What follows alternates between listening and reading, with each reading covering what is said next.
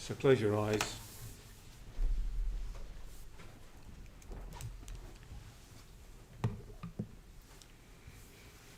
And just have a sense of your back sinking into the floor.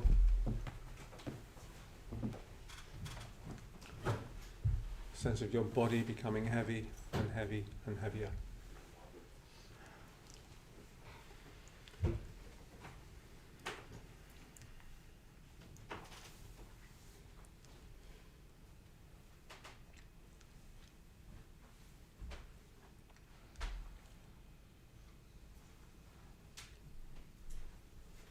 And then just taking a few moments to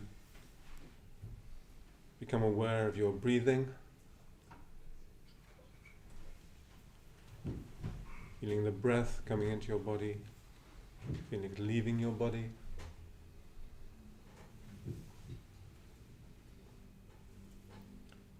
And just relaxing into the breath.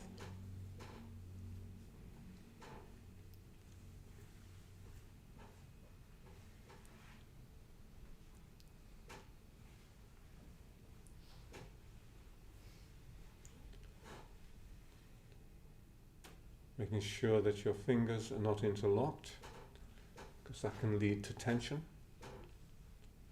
in your hands.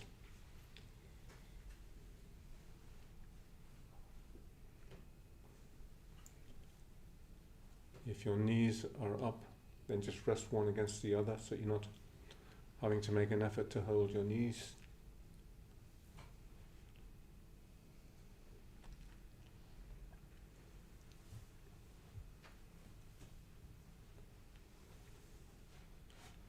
And then bringing your attention onto your face.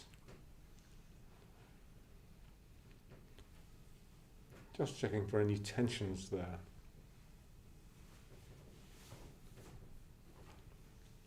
If your brow is furrowed, then release it. If you notice any tension around the eyes, then just let them become soft. And similarly with your mouth. If you notice you're holding your jaw, let go of it. So the whole of your face becomes soft and relaxed.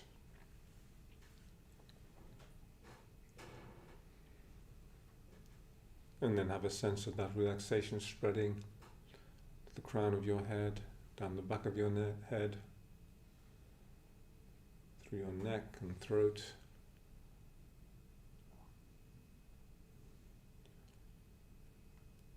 Down into your shoulders. And if you notice your shoulders are being held, let them drop.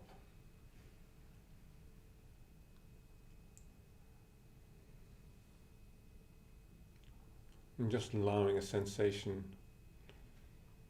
of relaxation and repose just drift down through your arms, through the elbows, into your wrists, into your hands, right through to the tips of your fingers.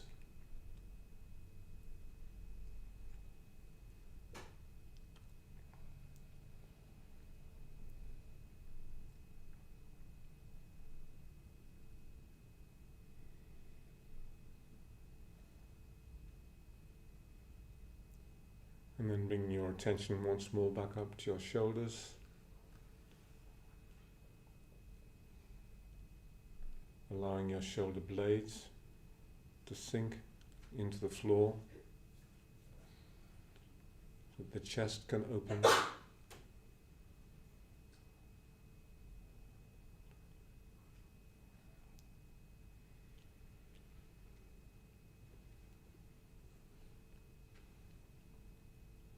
And feeling sensation of calm drifting down through your spine, in the upper back, down through the middle of your back, to the base of the spine,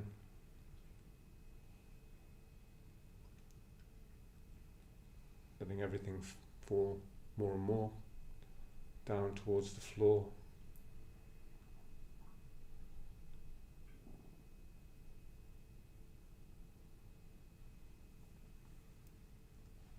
And just taking a few moments to check the abdomen. If you notice that your stomach is being held, then let it go.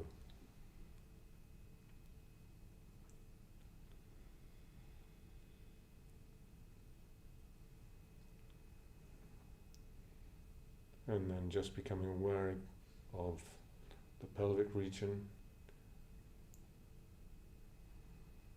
your thighs, your knees,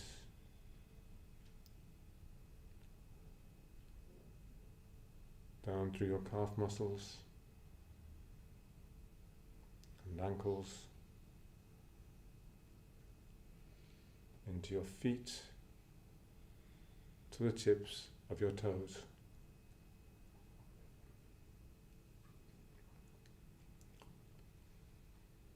So that the whole of your body feels heavy, relaxed.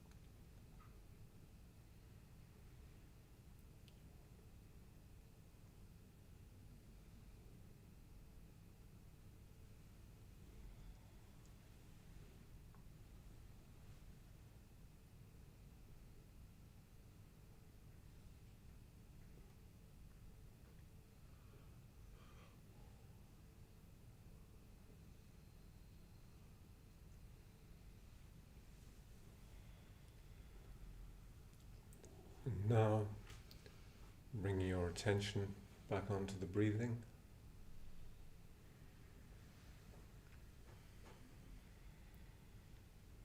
Just feeling the breath coming in and going out.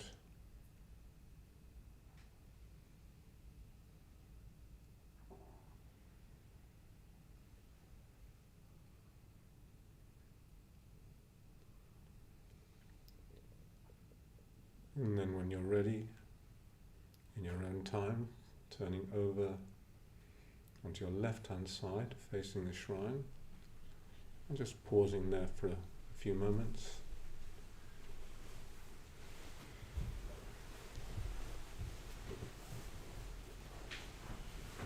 And then slowly sitting up and setting yourself up for the meditation.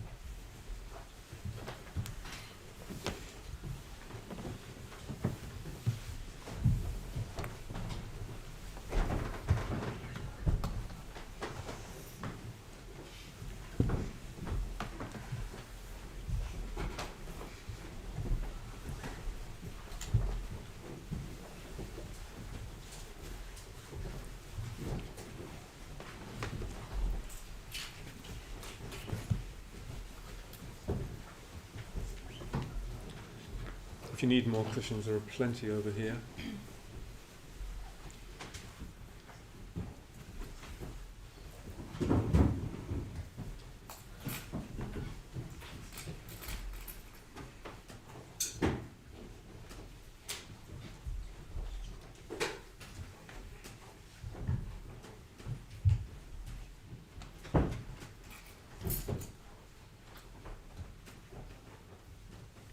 If any of you on chairs would like to come forward onto the floor, please do. There's enough space to fit some of you in, if you wish.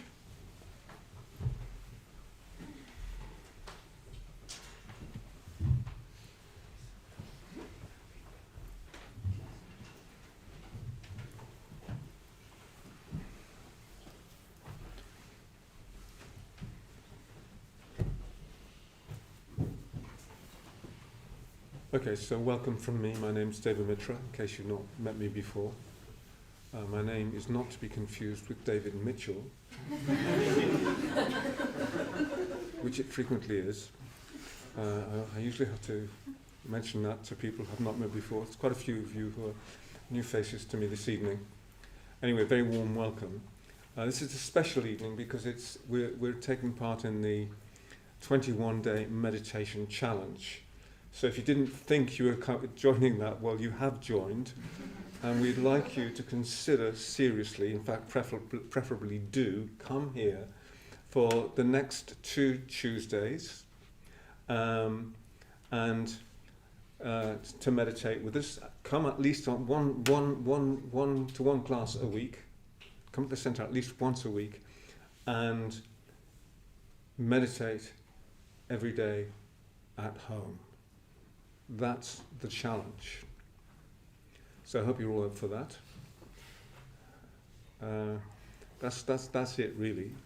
And we've got a bit more to say, which is that we'll be exploring a theme at the end of, well, after we've had a tea break. I will be giving a short talk, and all the talks during the challenge will be exploring the theme of mind, reactive and creative. So I'm going to start us off this evening. I shall be sitting here for the next 2 Tuesdays. So that's what comes after the tea break. But of course, before then, we're going to meditate. I'm not going to guide you through meditation. I'm not going to say anything at all during the meditation, actually. All I'm going to do is sit here perfectly still, hoping that you do the same. You're not obliged to do that. If you really need to move, do so.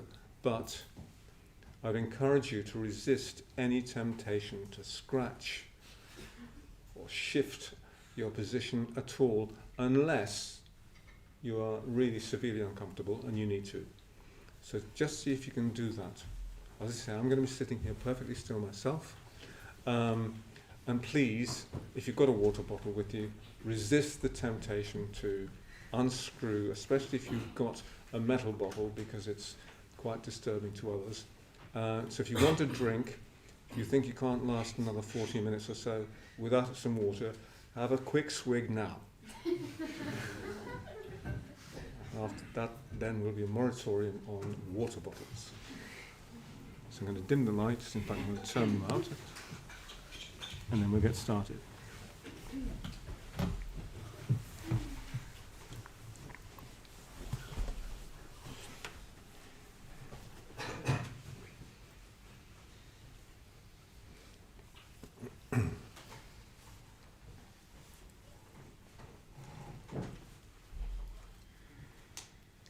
So closing your eyes, making any final adjustments you may need to your posture.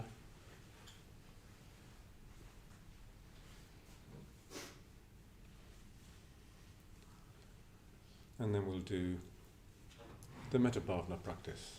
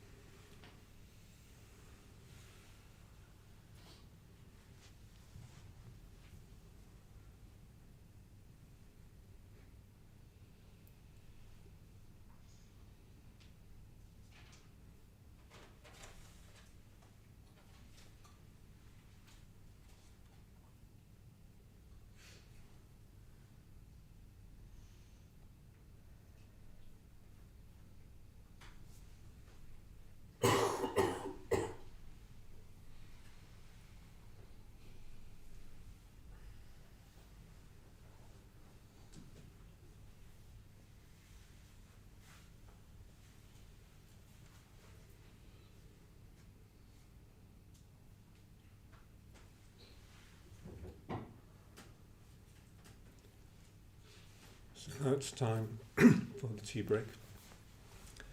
So those of you who brought your water bottles in and are desperate for a drink, you can now have as much as you like. So I'll see you after the tea break. We'll do a bit more meditation, but first of all I'll give a talk. Anyway, yes, this evening I'm going to speak a little bit about the reactive mind, the creative mind, and what we're going to be doing throughout these 3 weeks is all the themes that we're going to be exploring are coming from this book, Mind, Reactive and Creative, which is on sale in bookshop. You may have noticed it when you came in. This was the first publication that we ever had. It was first published in 1971. That was even before I came along. I came along in 72. But it's a seminal work by Sangharakshita, the founder of the Triratna Buddhist order and community. And so I need to introduce something about the themes so that you get the general idea, and then I'll speak more specifically. So these terms, creative mind or reactive mind and creative mind, are not traditional Buddhist terms.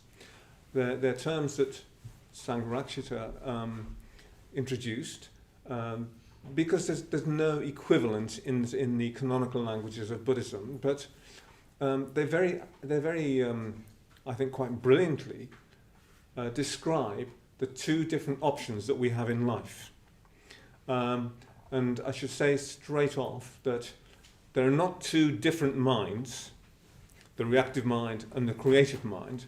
There's just one mind, your mind, my mind, and so on, but we can function in two different modes. We can function in a way which we call reactive, or in a way which is creative. And we've got that choice every moment of our lives. So I hope to be able to unpack something of what that might mean in terms of practice and how it relates to meditation this evening and on the two subsequent Tuesdays of the challenge.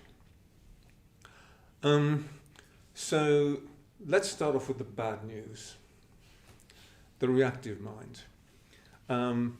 Well, I have a reactive mind, and probably all of you do too. I'd be surprised if you don't.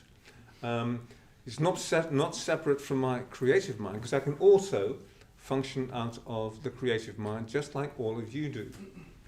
But the reactive mind is a mind which reacts. It's, if you like, an unthinking mind. Not that there's no thinking at all, but that it lacks any kind of original thinking. It's the unaware mind. It's the mind which gets stuck in habits, the same old lifelong habits, very often bad habits. It's the mind which is dominated by negative emotions. It's blind. It lacks any kind of spontaneity. That's how we would define the reactive mind. And most of us, most of the time, are functioning in that mode. But we don't realize it. The only way people tend to realize that that's going on is when they take up the practice of meditation. It's not the only means actually, but it's the primary way in which most people find that their mind, to their horror, is not as much under their control as they would wish it to be. Because when you sit down to meditate, you're confronted by your mental states. You can't get away from them. I mean, you can distract yourself, of course, when you're meditating. You can indulge in all sorts of pleasant little fantasies and so on and so forth. I won't give any details. You probably know what I mean. Or you can indulge in a bit of emotional negativity. You can start bickering in your mind about people, that you work with or perhaps even live with. Again, I'm not going to elaborate on that. You probably get some understanding of what that means. So this is the reactive mind in broad outline. The creative mind, on the other hand, it's the aware mind.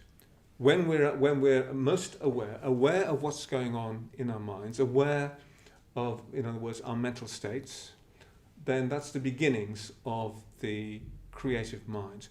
the creative mind is characterized by emotional positivity. And emotional positivity is expansive in character. By contrast, the reactive mind, which is dominated by negative emotions, is a contracted mind. If we're experiencing anger, which is almost like we contract inwards, you can feel it. It's as if we become a much smaller person. When the creative mind is functioning, it's completely the opposite. You open up. Everything becomes more expansive. And in fact, the key to that is that we forget about ourselves. In a positive sense, not in a sort of martyring kind of way, or self-martyring kind of way. It's just something which quite naturally happens. It's the natural consequence of positive emotion. If you develop positive emotion and you can strengthen the positive emotion that you already have, especially through the better partner practice, well, you become less and less concerned, less and less preoccupied by yourself. That doesn't mean to say, of course, that we don't care about ourselves at all, because, of course, as you all know, the first stage of the metta is focusing on yourself. We try to develop an emotionally positive attitude towards ourselves. So this gives you some taste for the creative mind and how that differs from the reactive mind. So over the next, tonight and the next 2 Tuesday nights, I'm going to explore one aspect of the reactive mind and one aspect of the creative mind each evening. So there's a contrast. And we're going to start off with the bad news first, as I said. I'm also going to use a traditional Buddhist teaching. I'm going to refer to the 3 poisons. Some of you will be familiar with these. These are greed, or craving, or thirst. That's the first one. Hatred, all manifestations of hatred, and delusion or ignorance. And by contrast, we have generosity as opposed to greed. We have love as opposed to hatred, love in the sense of metta. And as opposed to ignorance, we have wisdom, or clarity of thinking, at least that, clarity of mind. So this evening, I'm going to be looking at greed, or craving, on the one hand, and generosity on the other. How we can move from the one towards the other. Okay, so that's what I'm going to try and do. So let's start off with the downside of all this. Get it out of the way. What do we most crave? I was thinking about this earlier today. We crave all sorts of things, or we thirst after all sorts of things. But fundamentally, I think what most people really want is a sense of security. When I was a boy, this was stressed to me very much by my parents. You must have a job which will give you security. They wanted me to become a bank clerk. I don't know if bank clerks exist anymore. Probably they don't, actually. It's probably all done by a computer. But a bank clerk or a school teacher. And I had not the remotest interest in either of those kinds of work. Ideally, they would have liked me to go to university, but I was too thick. I couldn't if I couldn't have gone to university I wanted to. I managed to scrape through 1A level, which was not impressive, and certainly no university was going to accept me on 1A level. So I'm part of the great mass uneducated. So I went to drama school instead, because that's what really interested me. And actors don't need brains. I hope there's no actors present. It was a joke. It was a joke. Don't take it too seriously. Don't take it personally if you're an actor. Okay, so it was something that I knew that I could do. But it was more than that. I really wanted to do it. But my parents were very concerned that, there's no security in an actor's life. You've got to get a secure job. But I wasn't interested in a secure job. I've never been interested in security. I don't know why. It was not anything which ever troubled me. Because perhaps security is, well, it's just an abstraction. It's an idea. And it's a bad idea, to be quite honest, because we live in a very insecure world. It seems to be particularly insecure at the moment. Nothing in life is certain. As we know, the only thing that's certain in life is that one day you're going to die. And for me, that's getting close. And it got particularly close on Saturday morning because I tumbled down the stairs in my community. So I'm a bit battered and bruised at the moment. If you see me moving around a little bit awkwardly today, because I've got bruised ribs. And my dodgy knees are even more dodgy. But, that's just the change that's just what happens in life, isn't it? We don't expect things, we don't expect to be falling down the stairs, although people of my age frequently do. Sometimes fatally, actually, break your neck falling down the stairs. I didn't fall very far, it was just right towards the end, the bottom. I fell the last 4 steps, I think it was. Sufficiently tough tumble, but here I am, I'm still here, fortunately, able to teach a challenge, which is great. But life is not, nothing in life is guaranteed. Life is insecure. So the pursuit of security is, well, it's just a waste of time. I've never been interested, I've never been interested in getting a pension, for example. I haven't got a pension. Well, I do have a state pension, a bit of a state pension, but I never spent, like my father, who invested a lot of money in his pension, I didn't do that. Because I didn't have the resources to do so. And tragically for him, he only ended up with a fraction of what he thought he would end up with for his retirement. And then he only enjoyed it for 4 years because he died when he was 69. So, you can invest in these things. There's no guarantee in, I don't know how many decades' time or less, that you're going to get what you want. The world is a very unstable place. But we want security. So the pattern of most people's lives is the first thing they want is a job and a career. That'll give you security. This is what my parents told me. I had a very insecure job, but I managed to get work. I was never out of work when I was an actor. I didn't last long in the profession because I wanted to get out of it, and I only managed to succeed to get out of my career at the 3rd attempt, and that was when I encountered this community. So you've been warned. What happens to me can happen to you. You never know. You might just decide you're going to spend the rest of your life with us. Some people do. Anyway, so security didn't interest me. I wasn't particularly interested in a normal kind of career. But then what else you want? If you want security, well, you need a partner to share your life with. Well, I haven't done that either. My parents were always trying to get me to get married, but, well, not always, but from time to time, especially as I reached the 30s now, still hadn't taken a girlfriend home or anything like that. They started to get worried and marriage was on the agenda, but it was never on the agenda for me.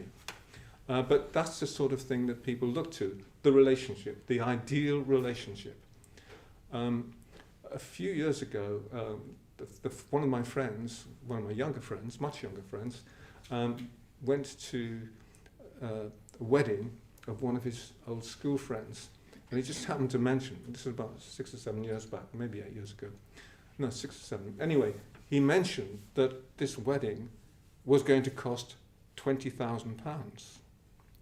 And I mean, I gather that's not necessarily an awful lot of money these days. Some of you might disagree with that. I don't know. But some of the people, I don't know how much a wedding costs these days. Anyway, some of the people I was living with were a bit taken about £20,000. That's rather a lot of money.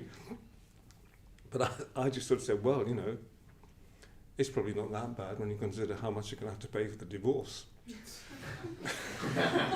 Because many people nowadays, unlike my parents' generation, once they got married, they get divorced. If they don't get married, but they're just living together, very often they separate after some time, after a few years. maybe 6, 7, 8, 9, 10. But then these things tend not to last. The relationship is not necessarily going to give you security.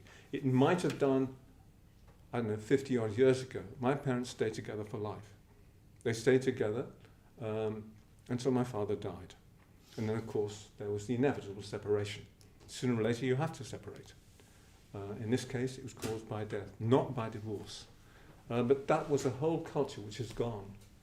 The culture that we live in now is much less, well, in some ways it's very good, it's much less fixed. But it has its downside. But there's no security even in marriage, even in a relatively stable, well, in fact, a very stable marriage like that of my parents. Sooner or later, one partner dies. There's no ultimate security in marriage. There's no ultimate security in the kind of relationships that we all get sucked and dragged into, with the best of intentions. I'm not saying that you shouldn't live like this, of course, but we have to be realistic about this. This is very often what happens. It's not a secure. It's not secure. It won't necessarily last for life. So that's another source that we look to for security. And then, of course, the next thing that comes along is you've got to have a home, which usually means getting a mortgage, which locks you into your career. And so you get a mortgage. You buy a place together or on your own, and that's also your security. But then that life takes all sorts of twists and turns. You don't quite know whether or not that will be a source of security to you. And what is security anyway? And then inevitably, of course, there is the pension, as I mentioned before. And I've told you what happened to my father. So these things are not reliable. They're not really secure. I'm not saying that the way I've led my life has been sensible. It probably hasn't been at all sensible. And it may be that following this kind of lifestyle is a sensible thing to do. In a certain sense, it might be the easiest life to follow. But someone a few years ago published a book on, I think it was called something like the 5 most common regrets of dying people. I can't remember the exact title, but it was something to that effect. And one of the most common regrets, right at the end of their lives, was, why did I lead the life that others wanted me to lead rather than the life I really wanted to? And I think that's tragic. The fact that many people at the end of their lives are left with that regret. And they're left with that regret because, to a large extent, I won't say entirely, but to a large extent, they were probably stuck within what we would call the reactive mind, because they had no understanding of how they could break free from that. But there is a way out of it.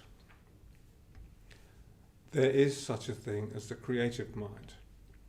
There is a mind which is not dominated by negative emotions, but which is characterized by positive emotions, and so on. Now, I said that I was going to talk about the creative mind, looking at it from the point of view of generosity, because that's the opposite of greed and grasping. We can grasp at these things. It's like grasping at air. You grasp for security, and there's nothing there in the end. There really is nothing there. But there is something that you can cultivate at least, which has more permanent value, I would say. And we start off with generosity. When I was younger, I thought that I was a lousy meditator. I didn't really understand what I was doing, to be quite honest. And I didn't understand how meditation worked. I've got a much better understanding now after 50 odd years of practice. But I didn't think I was much of a meditator. And I went on my first solitary retreat, which was 5 weeks, which was probably a bit more than I could chew off. But I didn't know. My teacher said, well, go away for a month. Well, 5 weeks is just a little bit over a month.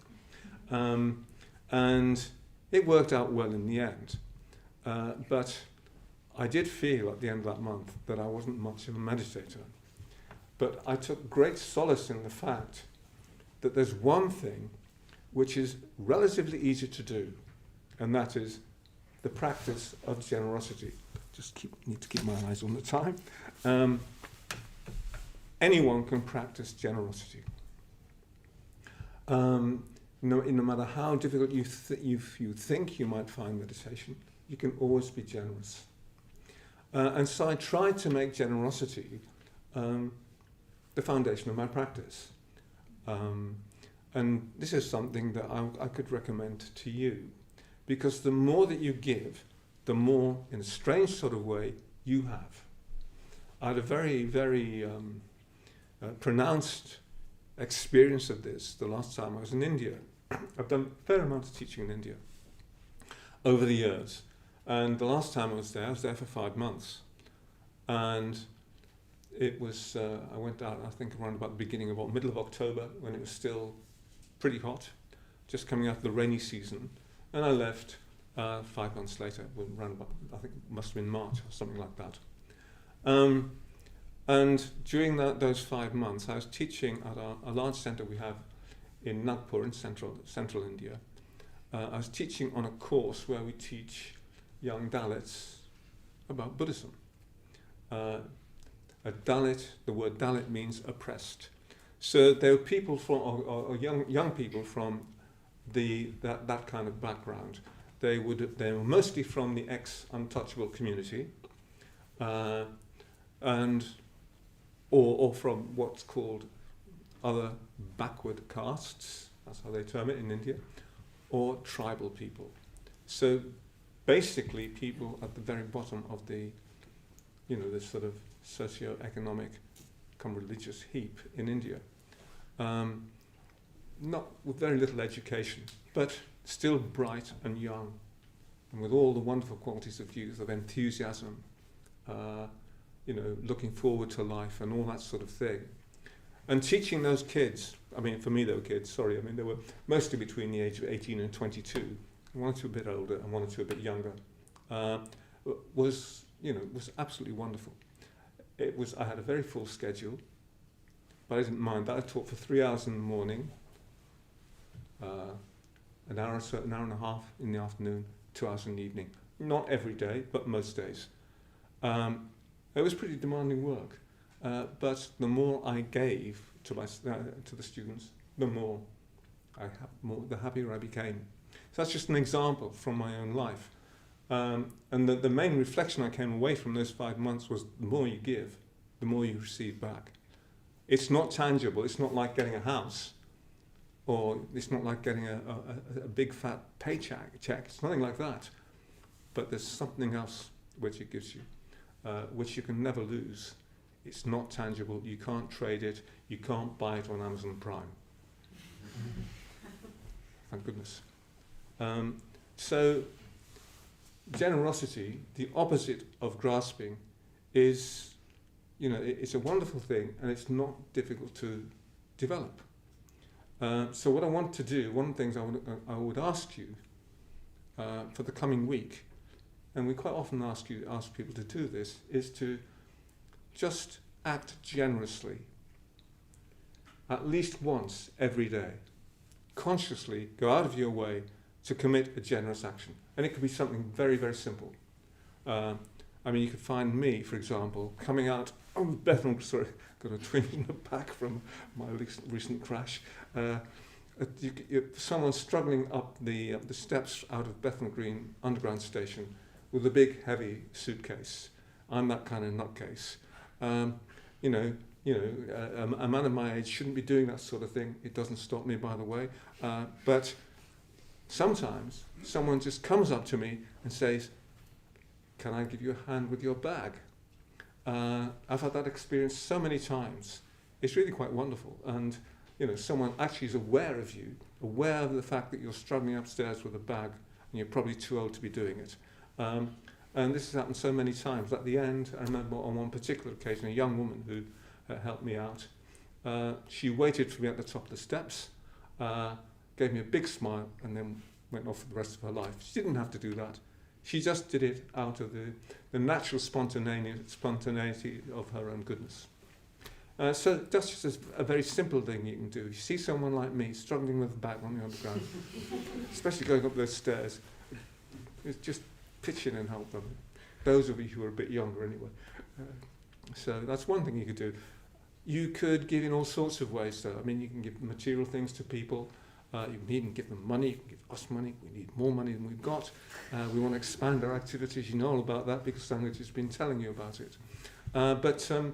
So that's another way of giving. Or you can give yourself to someone.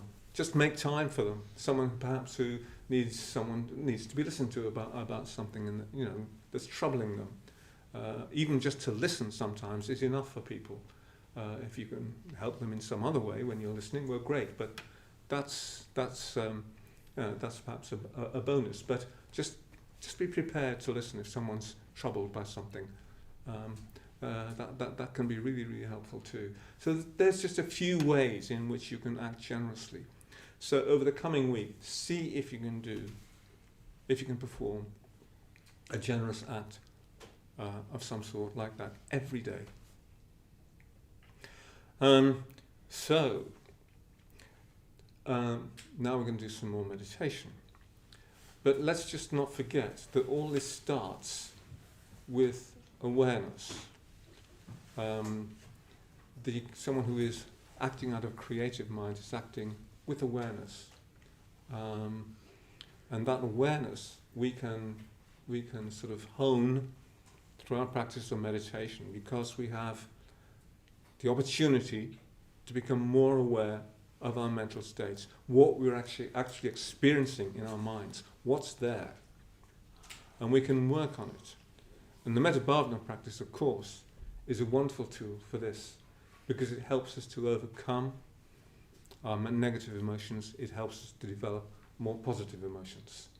The real reason we do the Metta-bhavana practice is that it helps us to change and change for the better. Slowly but surely, if you keep doing the Metta-bhavana practice, it will have an impact upon the way you conduct your life.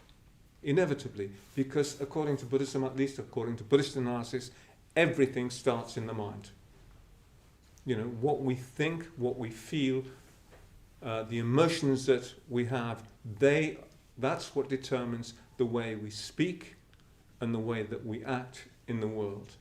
So meditation is our best tool for developing positive emotion. And the Metta-bhavana practice is a wonderful practice to achieve that particular end. So, we're going to do the Metta-bhavana again, but in a shortened form. We'll just do the first stage, the second stage, and the third stage. And that'll be the conclusion of the evening. And hopefully you'll come back again next Tuesday. If you don't, I know I've frightened you off.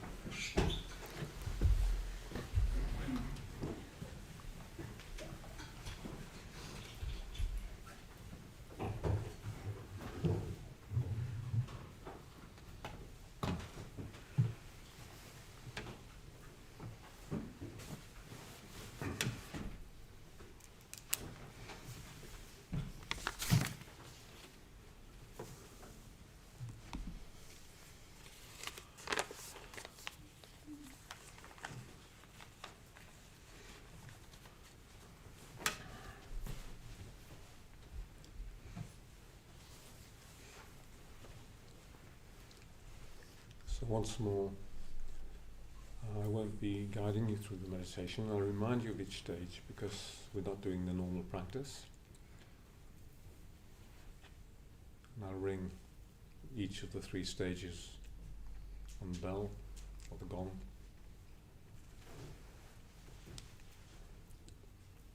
So closing your eyes and just taking a few moments to settle down into your posture, making sure you're comfortable.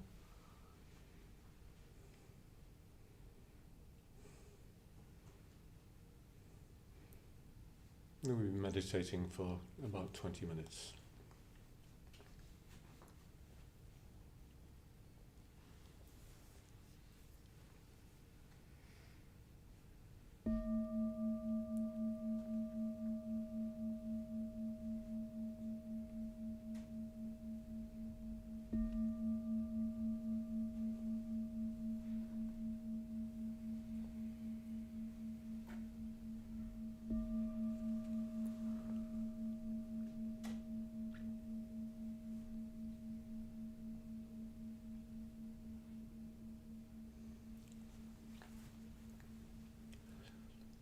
first stage of the metta bhavana.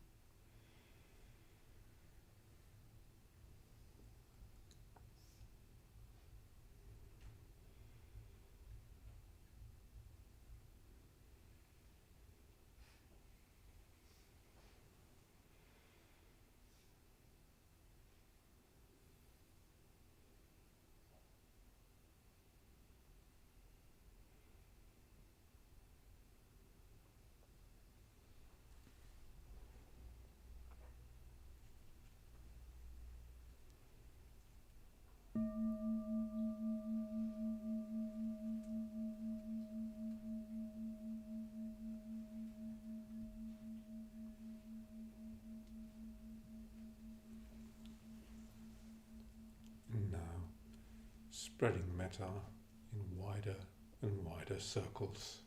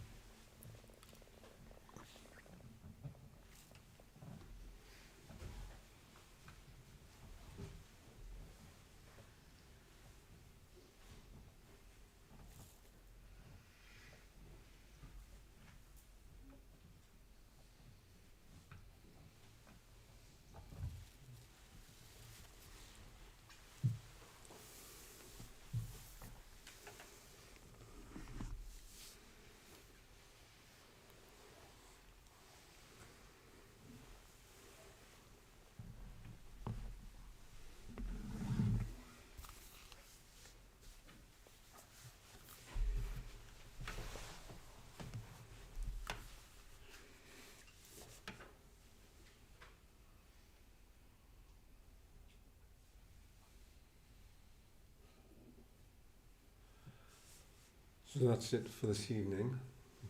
The second challenging evening is next Tuesday. In the meantime, if you haven't already got a copy of this book, I highly recommend you buy a copy before you leave. And finally, just to remind you, if you'd like to, if you can, if you consider at least giving us £100 to help us keep expanding our activities and keep this place running. So that's all, except for the usual request. Please help us to put back all the mats, cushions and blankets. That'd be greatly appreciated. And finally, I wish you all a pleasant journey back home.